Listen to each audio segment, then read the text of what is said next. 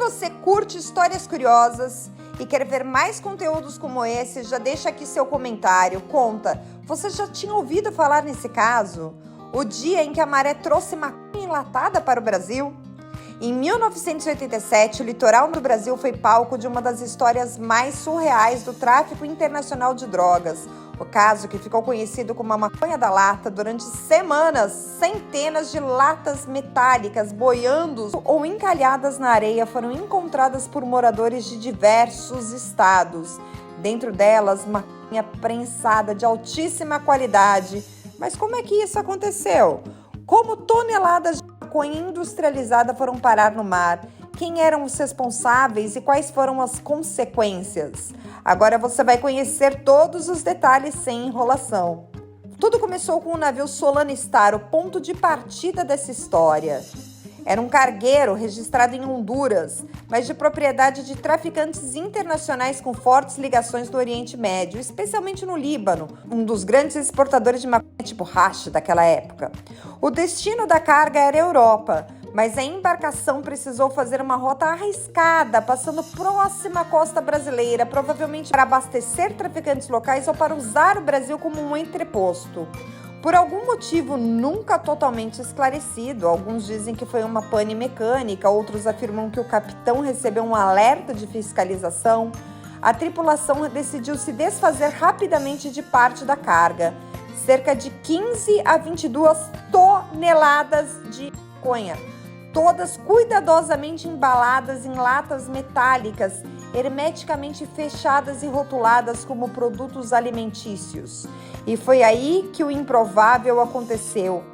As latas começaram a ser levadas pelas correntes marítimas até o litoral brasileiro. As primeiras latas foram encontradas por pescadores no litoral de Alagoas, entre as praias de Maragogi e Japaratinga. Eram tambores metálicos aparentemente comuns, mas que logo revelavam seu conteúdo. Maconha prensada de alta qualidade, fresquinha, vinda do Líbano, alta qualidade, meu senhor, alta qualidade, minha senhora. Rapidamente a notícia se espalhou com um rastilho de pólvora. De Alagoas, as latas começaram a aparecer. Eram centenas, milhares delas. Moradores, pescadores, turistas passaram a fazer verdadeiras expedições em busca das famosas latas. Muitos diziam que eram um presente do mar, enquanto outros alertavam para os riscos.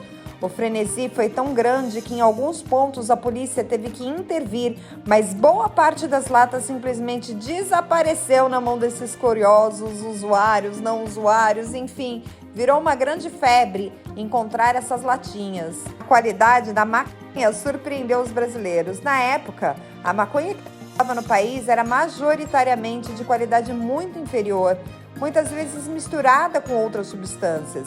E essa, da lata, ficou famosa por ser pura, potente, prensada em formato de tijolos perfeitos. Não demorou muito para que surgisse um mercado alternativo, totalmente informal. Muitas dessas latas foram revendidas, outras consumidas localmente. Alguns moradores relataram que traficantes passaram a comprar as latas diretamente com quem as encontrava, pagando altos valores. Teve gente que enriqueceu.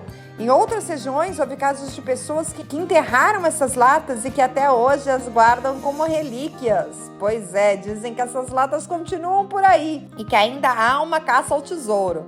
Há relatos folclóricos de pescadores que anos depois ainda encontram latas enterradas na areia ou escondidas em cavernas próximas ao mar. Quando as primeiras notícias começaram a circular, as autoridades brasileiras ficaram perplexas.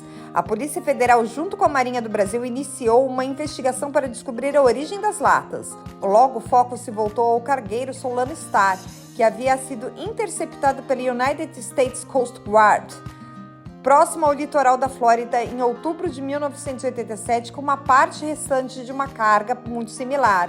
A tripulação foi presa e o escândalo estourou internacionalmente. No Brasil, algumas apreensões foram feitas, mas boa parte das latas nunca foi recuperada. Muitos moradores guardam a droga ou venderam rapidamente, evitando as batidas policiais. Em algumas praias, houve confrontos entre civis e policiais que tentavam confiscar latas. O folclore e a cultura popular continuam dando ênfase a essa história. A história da maconha da lata rapidamente ganhou status de lenda urbana, mas nunca foi lenda, é totalmente real, existiu de verdade. Dizem que foi o verão mais louco de todos.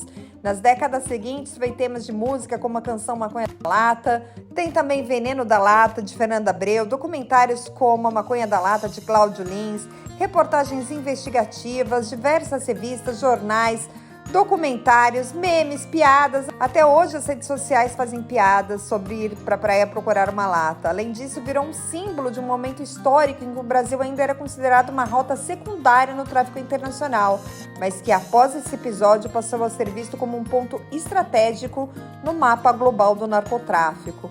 Essa história é engraçada, mas também é muito triste, né? Afinal, depois disso, o tráfico no Brasil passou a ser muito mais forte. O episódio revelou de forma simbólica várias questões importantes. A fragilidade da fiscalização costeira da época, a desigualdade social, porque muitas pessoas pegaram as latas não apenas por curiosidade, mas para sobreviver. Para elas, aquilo foi o grande achado da vida delas. O impacto do tráfico internacional na vida de populações locais, sem que elas tenham ligação nenhuma com essas organizações criminosas.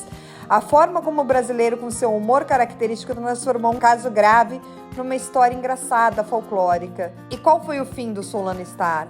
Após lançar boa parte da carga ao mar, o Solano Star continuou sua rota, mas ele acabou interceptado e a tripulação, composta majoritariamente por libaneses, foi detida e processada. O navio, considerado um dos principais veículos de tráfico da época, foi apreendido. E esse caso gerou um precedente importante para o combate ao tráfico internacional, mas também expôs a precariedade das operações brasileiras de fiscalização.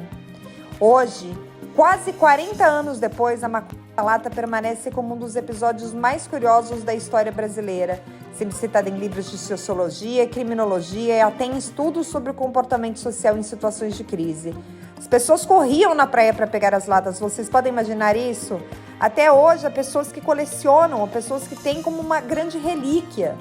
Muitos estudiosos destacam o caso como um exemplo de como os elementos inusitados, como uma tempestade, o desespero de uma tripulação e o acaso de correntes marítimas podem gerar um impacto cultural profundo. Até hoje, há quem diga que existem latas enterradas em toda parte do litoral brasileiro, esperando para serem encontradas. É uma confusão. E aí, você já conhecia a história da maconha da lata?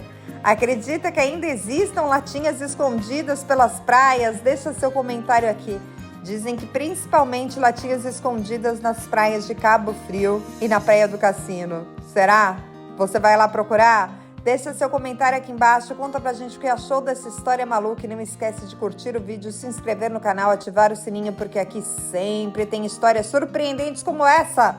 Até o próximo vídeo.